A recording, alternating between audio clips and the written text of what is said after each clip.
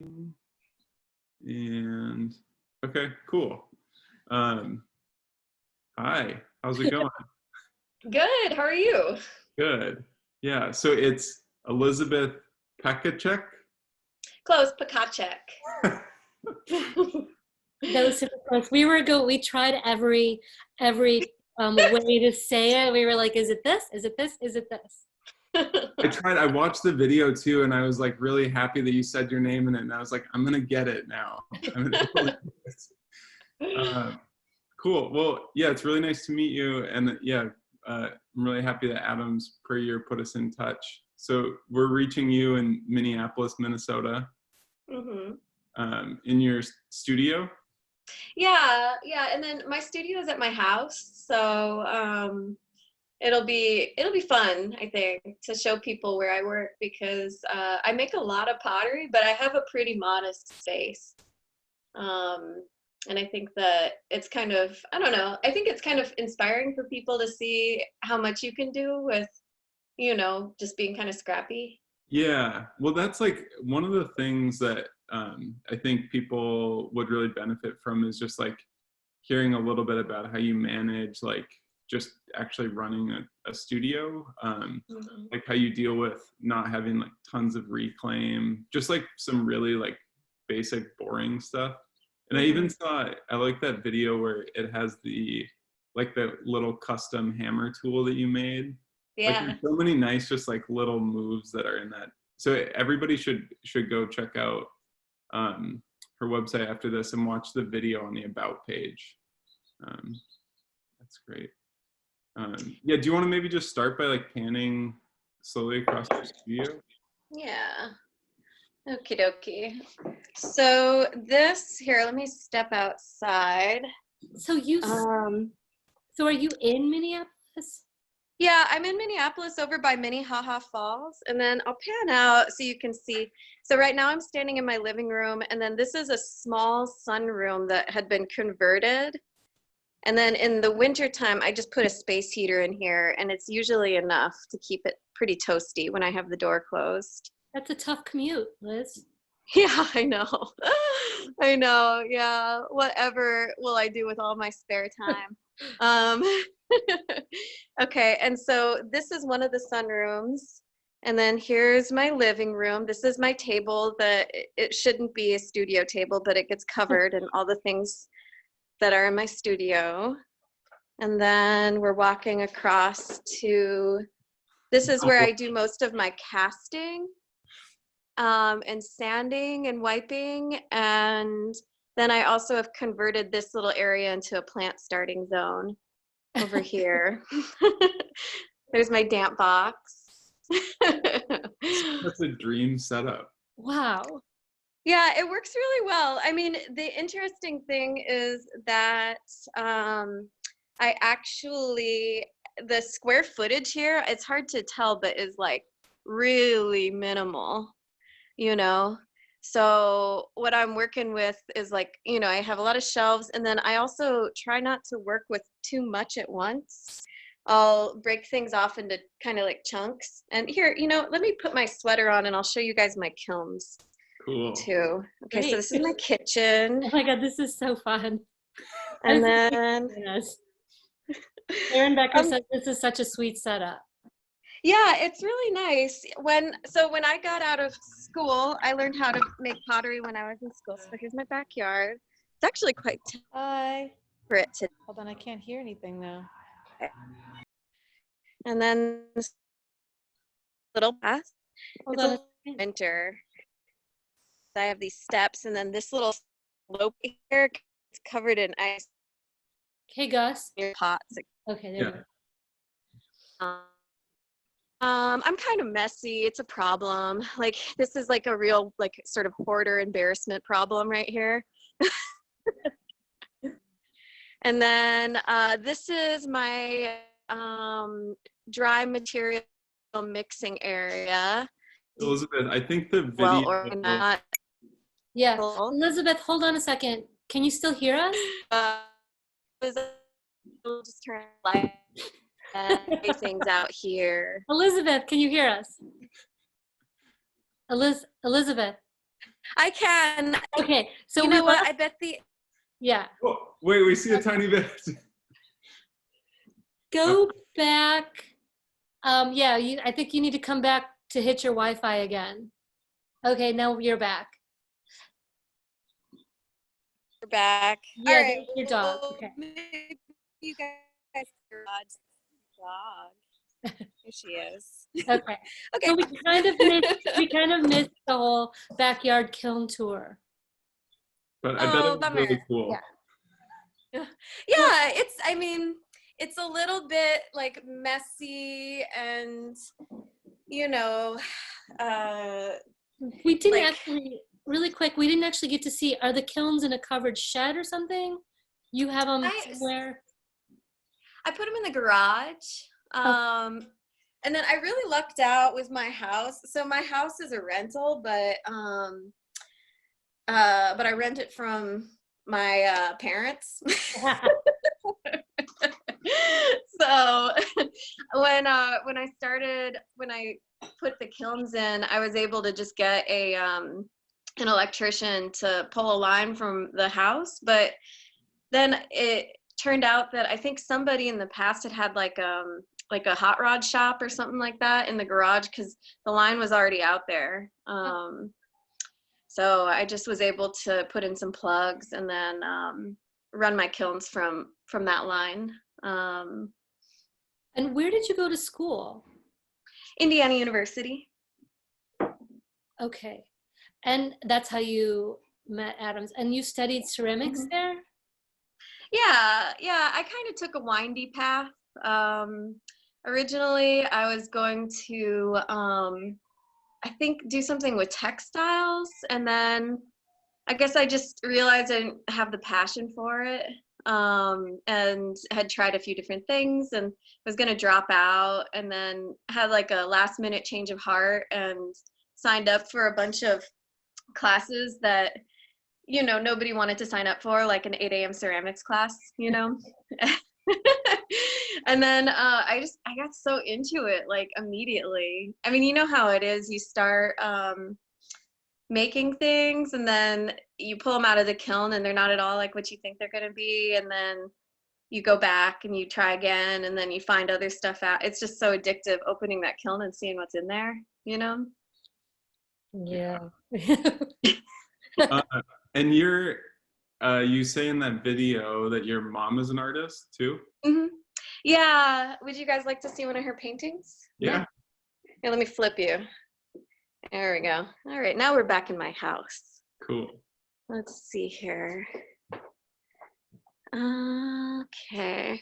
So here's one of her paintings. Oh, wow. And then here's one that she did, I think in the 90s or the 80s. It's a monotype, which I love.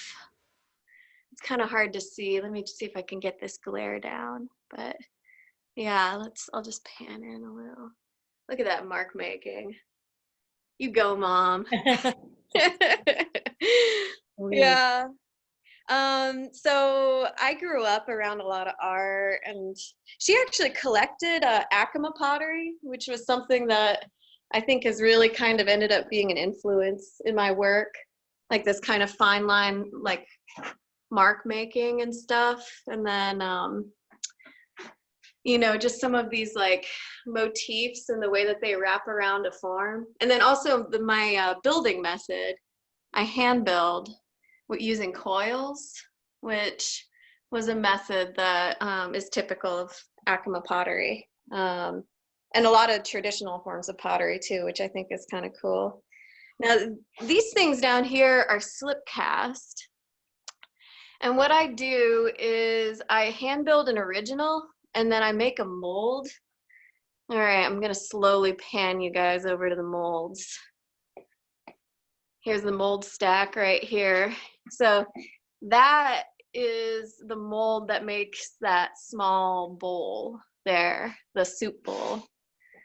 I don't know how familiar everybody watching is going to be with mold making, but when they come out of the mold, they look like this. You can see that edge is all messed up. from the drips and whatnot. And I do all of that cleanup work bone dry. And then you can see here too, my molds are getting old and I'm gonna have to remake this one, which sucks because I hate making molds. But the weather's getting warm, which makes it kind of nice. I can just do it outside and I don't have to worry about cross contamination. And then you're casting colored slips as well, right? It looks like. Yeah, I'm using, this here is like a slate black when it's fired. Here, I have an example. Actually, I have one right here that you can see. So this is what it ends up looking like.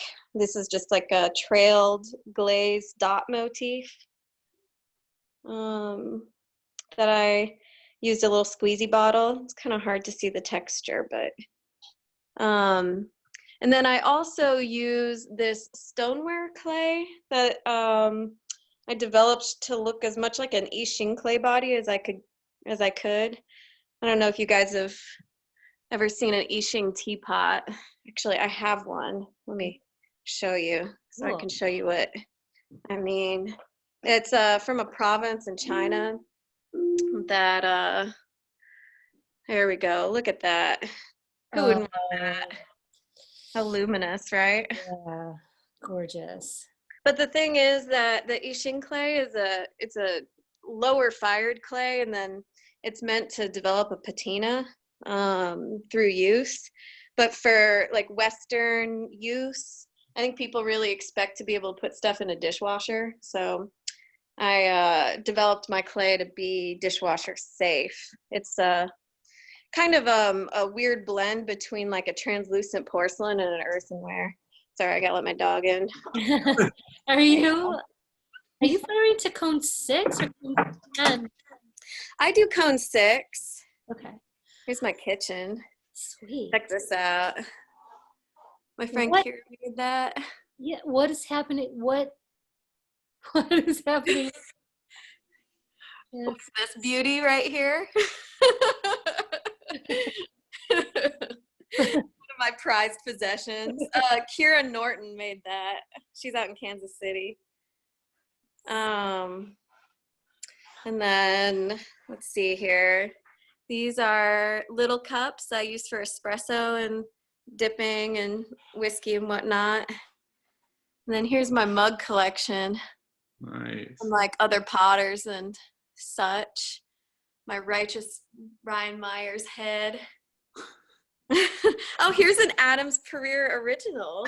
Yeah. Oh, love it. Yeah. It's a beauty. Oh, it is. Yeah. I'm using one of my Adams cups right now too. Oh, wow. Oh, now that is a nice one. I like that a lot. Yeah. So, Liz, you have like a kind of a career that is a lot of people's dream. Can you tell us a little bit, like, while you're walking around, like, how you got to this place? Like, how did you start this kind of production situation that you've got going on? Well, so it's good that I just happen to be walking upon these guys. So these are called treasure dishes. And here's one that doesn't have the luster on it yet that I need to do a little repair on because it got a little crack. I started out making like pretty affordable things and doing little craft fairs. And then, you know, I had a job and everything. Then I just kind of slowly built my business and my savings and my like sort of repertoire of like the ability to run my own studio space. How do I guess chronologically, I got out of school and then I moved in with my parents out on their farm, and I built a little studio in this spare room, and we had the electrical capability to fire a small kiln out there. And so I was firing a kiln and doing small craft shows, and I had a job working in a factory And I did that for a while, and then my partner moved to town, and the two of us got a apartment in the cities. And I decided that pottery was just too hard to make money doing it. I was starting to feel like what's the word, a deviant. So I can kind of weld, and I was like, okay, this is the skill that I should be capitalizing on. And I went and got a welding certificate. And there was a pottery studio at the community college, and so I was using that. Which actually it had a sort of a really bad effect on my ability to weld, because I was just working in the ceramic studio all the time instead of practicing my welding. But I still was accepted into the Ironworkers Union. And then I went through their apprenticeship program, and I spent like about a half a year as an apprentice ironworker, mostly dragging like metal around. Like that's kind of what you do when you're an apprentice. Like they're like, all the like old guys are like totally broken, and so they just try to get the apprentices to drag most of the metal around. And then while I was doing that, I was still just sort of not like really aggressively, but you know, gradually listing things on like an Etsy shop and trying to stay connected to some kind of a ceramics community. And then How long I ago got, was this? that was, I think, in 2013, 2014. So not even that really long ago. No, yeah. It kind of, my big break was just a really big order. I got this order for like, to me at the time it seemed huge. It was like $700 worth of planters, like small planters. I was making a lot of planters back then. And I didn't have enough time to make them and do my ironwork. And so I sort of had to make a decision, and I decided to just make the leap.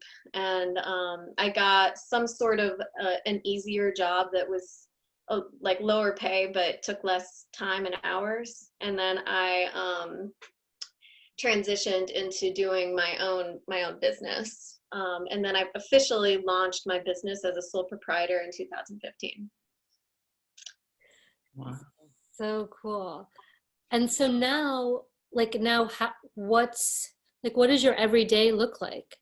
Well, my everyday right now, as it is for a lot of people, is Right. definitely different than it normally is. Sorry, not this everyday. What does your month ago everyday look like? So I like to call it like a career octopus. And I think this is what a lot of people who have careers in the arts have, you know, and each of the tendrils is a different sort of revenue source, an income source, you know. And I found out early on that teaching wasn't necessarily my forte. Like I do enjoy it, but I find it really draining, and I can't make my work as well when I'm doing it. So I started kind of shifting away from some of the teaching that I was doing, and I started doing more production work. Like those treasure dishes are $20 a piece, and then these like earrings that I make that are really nice. I mean, it's always high craftsmanship, but they're like a lower price point item, and I can make those, and I can make a really like reliable income off of them.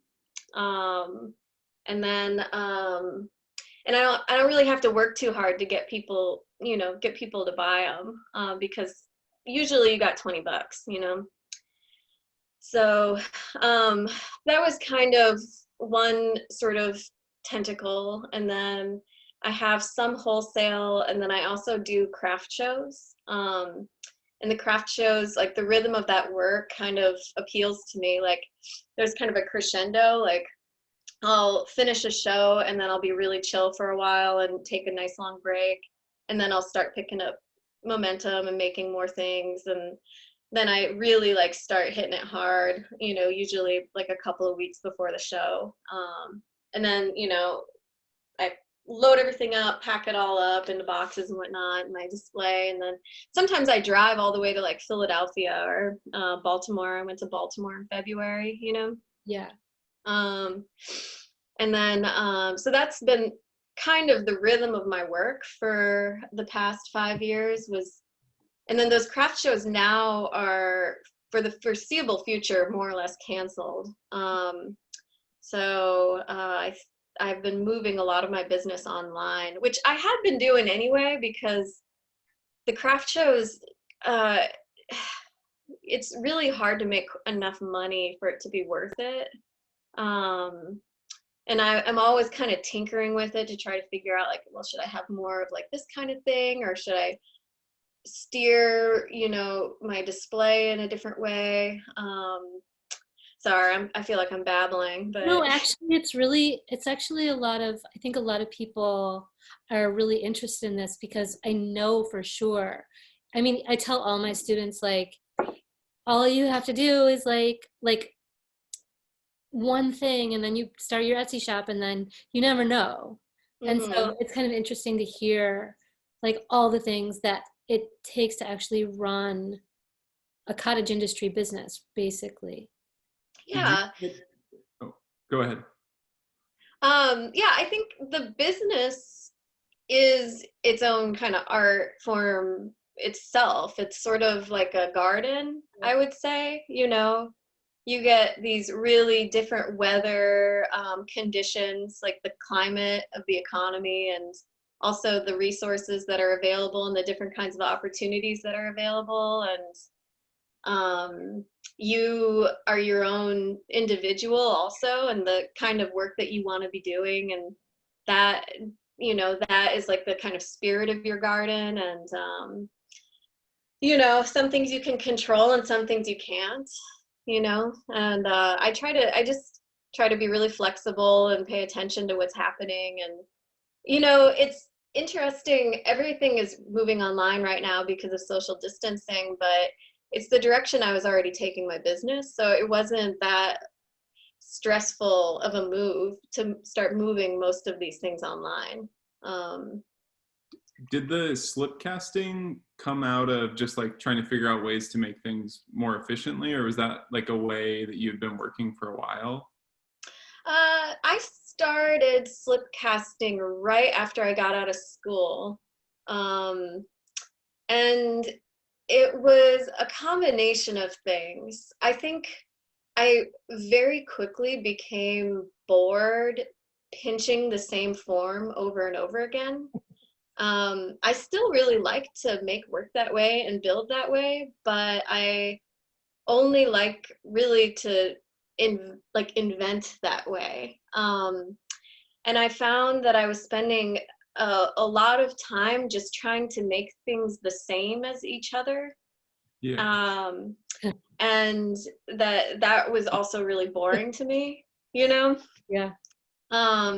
So it became It's just fun. It's just so fun. It feels so good to hear somebody say it out loud. That's like it's like the best. Yeah, like, I know. Finally. It's such a weirdly controversial thing. It is. And it's like, I mean, for those people who are like thinking about starting their own business, there's like the dark side. Mm-hmm. Yeah, I mean, I'm dealing with customers, like my audience is a customer, and my customer wants their cups to be the same size, and like more or less the same weight. They like want consistency. They want to, if they buy a cup in 1 year and then they buy another one the next year, they want there to be some similarity between them. Like, and so, it was really impossible for me to do that through hand building. And also, I mean, I'm a human being who has a limited resource, and I can really only pinch so much. And I'm aware of that because of various chronic health issues that have come up in my practice.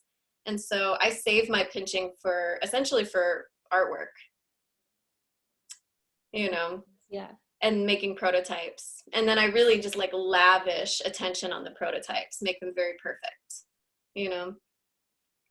Will you show everybody the little hammer if you have it handy? Oh yeah. Any Yeah, other how do I flip it? yeah. Yeah, so this is a little boat full of tools, and this is my hammer that I made out of a 2x4. Adams was probably there that night, actually, at the studio at school. See, there's a nail hole from the 2x4 that I made it out of. And then this up here is bisque clay. I bisqued it kind of low so it's super porous. And then periodically I'll just take a scrubby and sand this down if it's starting to get gunked up with stuff. And then I just lashed it onto the wood there, and see there's these little holes. And then it wasn't as tight of a fit as I wanted, so I ended up just really putting a bunch of glue in there to hold it all in place. And then, I don't know, once every 3 or 4 years I have to put more glue in there. Yeah, but it's nice. I mean, it fits my hand perfectly. I tap with this here, and then what I do is I put the pot on my banding wheel. Usually on, I'm trying to move slowly. I have a ton of like these little things laying around. Like whenever I make a mold, I'll just grease up a couple of buckets for the extra plaster that you inevitably have in the bottom of the bucket.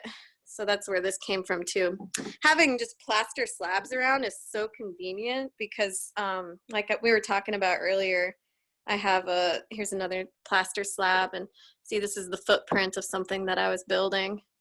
I have a small space and I work with a lot of different clay bodies. Like here's 2 different clay bodies here. And then these are a porcelain. So, you know, and then this is actually a different clay body as well. This is a stoneware. And the plaster you can wipe really well. Here's another one. This is an experimental clay body that needs to be fired in some kind of a reduction kiln, which I don't typically have access to, but I've been sweet talking people. Yeah, so essentially I just, I get it going on the banding wheel, and then I tap it once it's leather hard to get the form. I call it tuning the form. Let me flip it so that we have something interesting to look at. And then the thing that's nice about building that way is that you can make some really complicated shapes. Like, so here's a sculpture that I made. Let me stand on a chair so you can really see it. You know, and this is built out of coils. And like this edge here was, you know, really defined by the hammer. You know, I started with the shape, that U shape, and then slowly built it up and then kind of tapped it to get it where I wanted it to go. And then this piece up here too, as you can see, it's got a lot of angles on it that would be hard to do with just pinching alone. The hammer really helps to define the edges. And then also, like when you have like a sort of a smooth slope like this, the hammer is really nice. It comes in handy because when you're pinching, a lot of times things will have like this kind of wave effect, you know? And so like if there's like a little bit that's sticking out where I don't want it to, I'll just whack it with the hammer. You know, which you have to be a little careful with, you know, obviously if it gets too dry, you'll get some cracks, and you can just stress out the piece. Like this piece, it came out of the kiln with a crack right here, and I think it's because I was whacking it when it was a little too dry. Okay. I think that I did that. Oops. So wait, where did you grow up? Oh. Hey.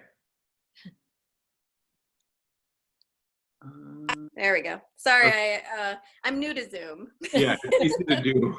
I think we all are. Well, not. Yeah, I grew up in Indiana. My dad is a chemist, and he yesterday I was putting handles on mugs. See, these are handle parts from the casting. Do you And then- reclaim the casting slip? I do. I didn't used to. So one thing that's really nice about casting and hand building is that there's very little waste. Like you mentioned earlier, that it would be nice to talk about like how do I deal with reclaim in a home studio, because obviously you can't put that kind of stuff down the sink. Yeah. And what I do is I throw a fair amount of it away once it's been contaminated. Here's one of my buckets that needs to be emptied here. And then I also, where's my container? Oh yeah, and then in, old clay bags, I'll, hold on to dry bits. Here's half that didn't work out and whatnot. And rehydrate that and add that to my, look at these beans. That's an experiment. We'll see how that goes. Yeah, and so I chuck a fair amount that isn't reusable. I reuse what can be reused. And then I throw whatever's like left in my slip buckets, because none of my materials are toxic. I throw in the compost pile because my soil here is actually pretty sandy. So I can handle having a little bit of extra clay in the soil, and it gets kind of mixed up in the compost pile anyway. So, I don't know. We'll see how that goes, but. Yeah. Do you think it's been like helpful for you to be in Minneapolis that has such a big ceramics community and history, like between the university and the Northern Clay Center is like the big spots, but have you done anything with the Northern Clay Center? Or have Yeah. you like, set up, yeah. Yeah, the Northern Clay Center has been really helpful. I didn't really start working with them too much until my career was already kind of going. Okay. I think one thing that's sort of maybe a little different about my path versus a lot of other people's paths who come to ceramics through academia is that I immediately went into the private sector and just started my cottage industry and didn't really spend too much time trying to, I don't know, I guess tap into like community clay centers or residencies or any of that stuff. I just went straight to trying to like sell my work on Etsy and like building my business. And so I think that they really weren't super aware of me until I had built my business to the point where like they were seeing my work coming in from other channels, But now that I have more of an established practice, I work with them a lot in a lot of different capacities.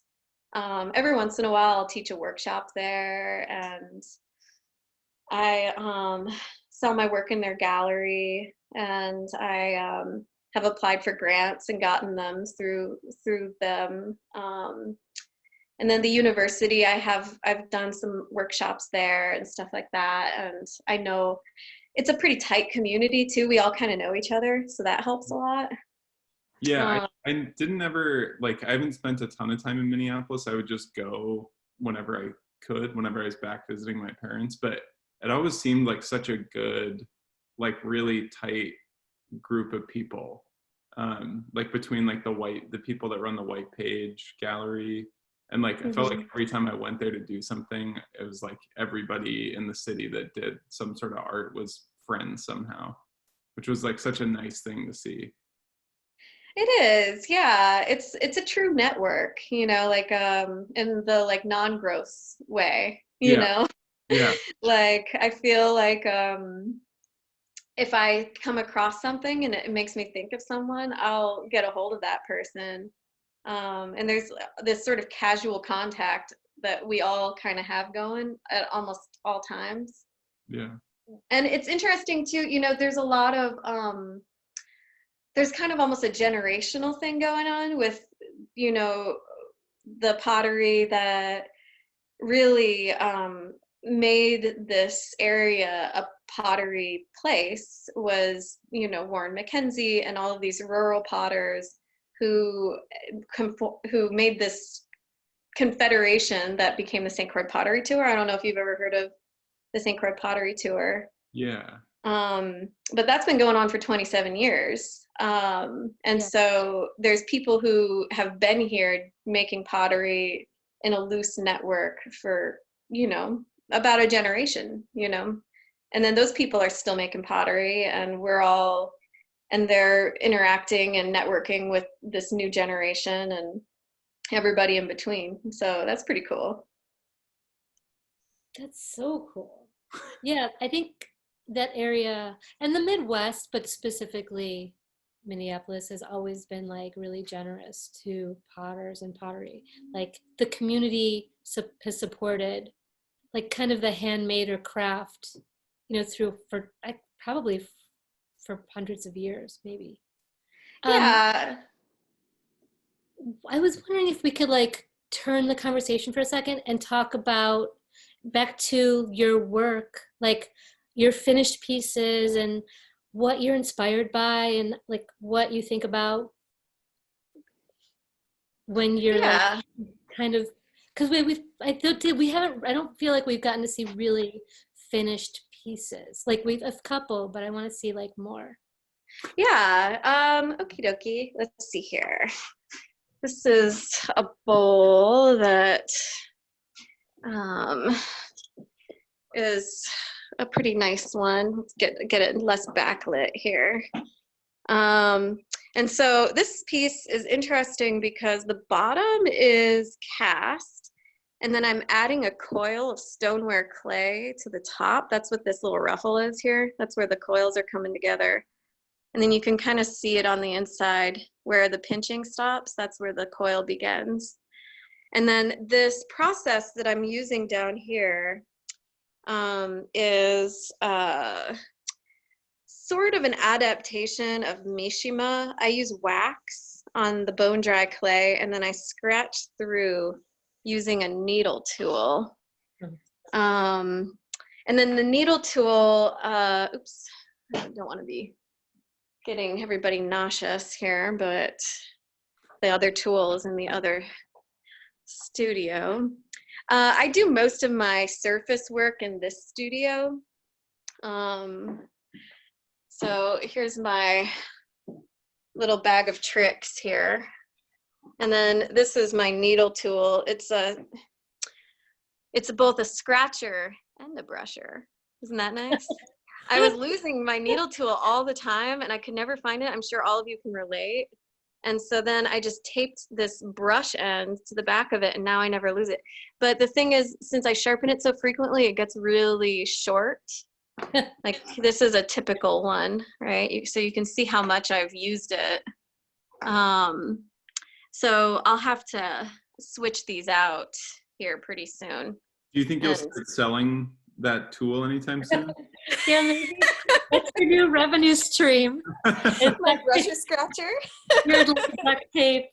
You're like gonna start designing your own duct tape patterns. Yeah. Oh, yeah. Totally. Yeah. It's really easy because it's a rectangle. The hard part, though, is the angle. You know, you really have to, you know, angle it the right way. Otherwise, it's not going to brush the way you want it to. I use a lot of these fan brushes, which is very exciting. As a person who used to work in an art supply store and never had a reason to use a fan brush before. What do you do with them? So here's my slips. I use transparent porcelain for my slip base.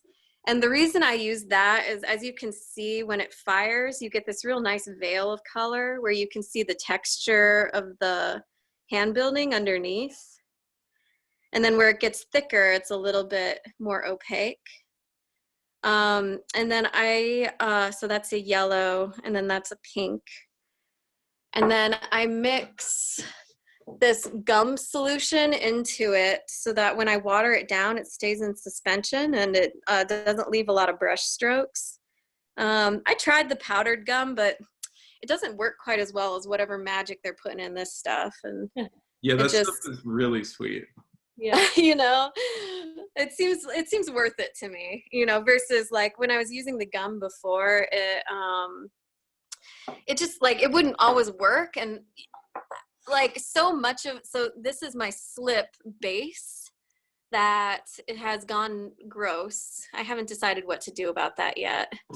It also settles when you have it watered down. So it's gonna take me like probably a full hour to chip it up from the bottom of that container. So I might just let it go. All right, so this is my slip base right here. Oh, this is kind of a neat trick. So these are my studio slippers. And then when I'm going into the house, I leave them at the door like that. And then that way you don't track so much dust into your house. You know, and this is the landing pad right here. Do you have separate studio slippers for each studio? Yeah, that studio has like more of a leopard print. Oh, I can't do them. And then these are Uggs, which I got at the thrift store, and they are pretty nice. They're starting to wear out, though. I have this problem where if my feet get too cold and damp, my toes kind of swell up and get itchy. It's called chilblains. Oh, yeah. So the slippers are kind of important because it does get pretty cold here in the winter. So this is my slip base. And then what I do is when I run low on all my colors, I'll just scoop out some of this, and then I'll use my blunger and blend it up. Here's my blunger. It's a good one too.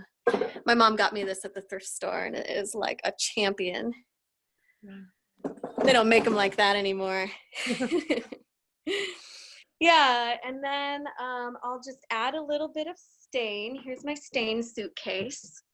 So here's a little cobalt, and then this is turquoise and black.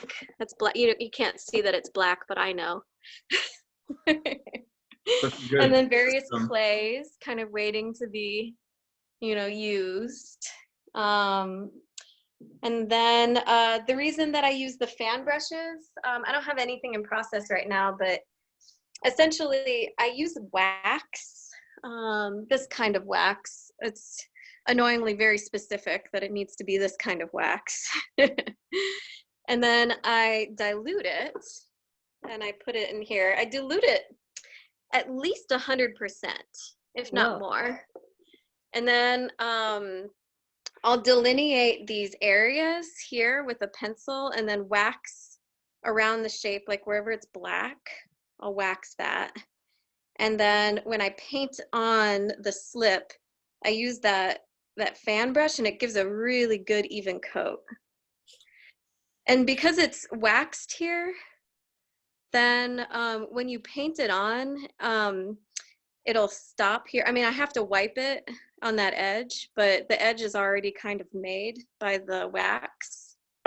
And then also annoyingly specific is the sponge that I have to use in order to clean up those edges. So I use one of these that has this nice edge here, and then I can really like clean up that edge, just like, right?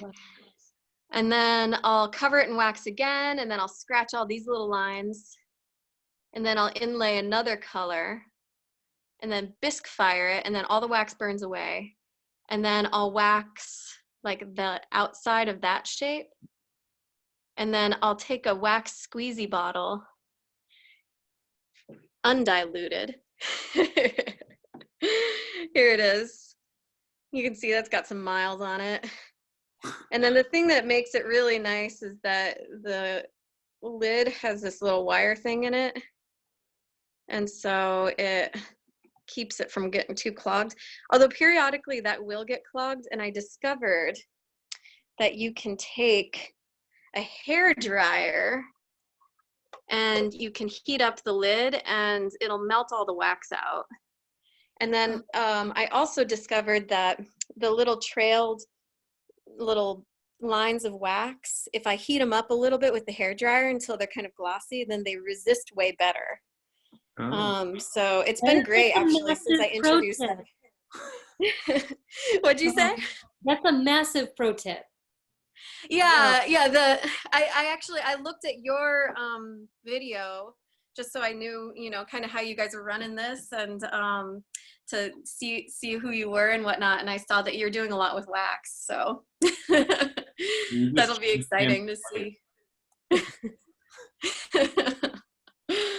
Yeah, if I don't have wax, nothing in my studio can happen. It's kind of funny. And that's the best wax, that Amico wax? Well, for me, Yeah. it's interesting. A fair amount. So a lot of artists are using wax right now, and like I used to use. Let's see. I think I threw away the gallon. I used to use the white wax, but now it just got kind of hard to get it. And so, yeah, I guess I don't have any examples of that. But they replaced it with this other green wax that didn't work for me because it was kind of greasy. I don't know how to describe it exactly. And if you watered it down, it would get a little foamy. And what I need is a wax that is greasy but stays put. It's hard to describe it, but there's kind of an array of waxes. Like some people are, I'm trying to find something interesting for you guys to look at while I go on and on and on about wax. Let's see here. Oh, how about these humps? These are what I make the treasure dishes on. And then this, I got this tip from Candace Methe. For releasing on the bisque molds, you like poof it. See, there's cornstarch in my sock here, and then that keeps stuff from sticking too bad. Yeah, the wax thing is like, you figure out what you need, and then you try all the waxes, and then you figure out what works for you, I think. Some people need a wax that like almost acts more as a shellac. These are all my cones from the various years of firing my kilns. I think, I don't know. I may never switch to a digital, like a computerized kiln, because I kind of like seeing those cones stacking up. Here's another little tool area. Right. Yeah, I don't know. What kind of wax do you guys like? I don't know. I've yet to find my holy grail wax, so I'm gonna try that. I'm using Mako, and it's not great, so we'll see. Is it not resisting well enough, or? Yeah, it's just not doing. It's not strong enough, really. Yeah. Mm-hmm. This wax might be good for you. The only thing is it really gunks up brushes. Okay. The other waxes that don't work as well for me because they're not quite as strong, they don't gunk up the brushes quite so bad, but they're rehabable. I just use Dawn dish soap periodically on the brush, and that'll usually break it up. And then you might try diluting it a little bit. The other thing about this wax is that if it freezes, it doesn't work. So it can be kind of hard to get it in the winter. So usually, since I'm here in Minneapolis, I'll oftentimes get a whole bunch of it before the last freeze date.